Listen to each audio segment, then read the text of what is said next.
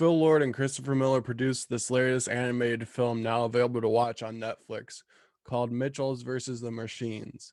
The film is directed by Mike Rianda and stars Abbi Jacobson, Danny McBride, Maya Rudolph, Eric Andres, Olivia Coleman, Fred Armisen, and Beck Bennett. I was immediately intrigued by this movie because it was originally going to come out in theaters and the title connected. I remember seeing the trailer for this movie a while back and forgot all about it actually. But since COVID happened, the movie was then sold to Netflix and the title changed of the film. The plot of this movie is centered around the Mitchell family coming together despite different interests each family member has. The major conflict is between Katie and her father. Katie is a tech savvy, inspiring filmmaker, while her dad loves nature and is scared of technology.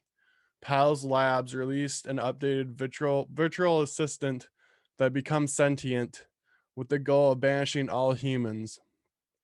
It is up to the Mitchell family to stop the takeover and save humankind. This reminded me a lot of iRobot with the robots trying to take over the world. This seems like a more realistic story. As society, we become more reliant on technology.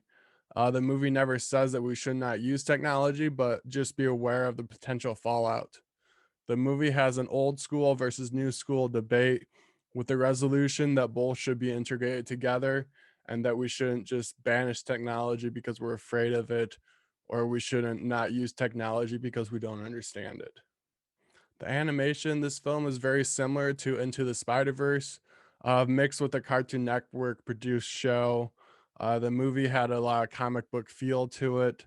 There were freeze frames scattered throughout the movie. A lot of social media filters are used as well, like the cat filter. Scenes were layered with stickers and banners that look like kids' drawings. I think the choice of these stickers should have been left out of the movie. It lowered the age demographic, missing the mark for the age of the movie was aiming for, I believe. The animation style works so well in Into the Spider-Verse, but this movie felt like a hit and misses in some scenes just based on the scene. It really worked in other scenes. I felt like they shouldn't have put those filters on the screen with this scene going on in the background. I thought the movie was still extremely funny. It gets better and better as the movie went along for me. At around the 1 hour mark, I found myself laughing at least every 5 minutes up until the end of the movie. It's extremely funny and amps that up as it goes to the end with the climax. When the two broken robots are introduced, the movie starts to really get good. The two robots, Eric and Deborah Bot 5000, are the best parts of the movie, in my opinion. Their back and forth conversations are great. They remind me a lot of the Iconics from WWE with their humor, if you get that reference at all.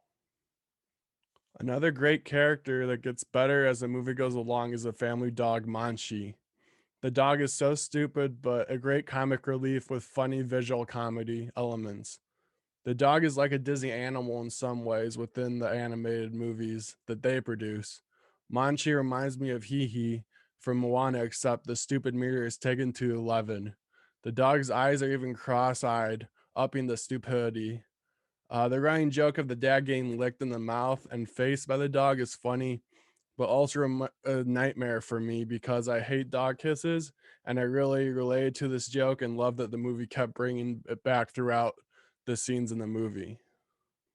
The film succeeds in relating to nostalgic technology and toys. There's one scene of Furbies becoming the villains with the Mitchells trying to take them down. Even though I like the scene, the movie tried too hard to relate to so many nostalgic things. It got annoying after a while, but the movie ended strong. Is the best part of the movie is the final climax. It was just emotional and funny climax, and the music up that with the great score it had. A lot of great action and great dialogue that was funny at the end that just meshed perfectly together. The Mitchells versus the Machines was a really enjoyable and funny film. I give it an 80 out of 100. Go check it out now on Netflix and let me know what you think of this new animated Netflix movie produced by Phil Lord and Christopher Miller. See you guys.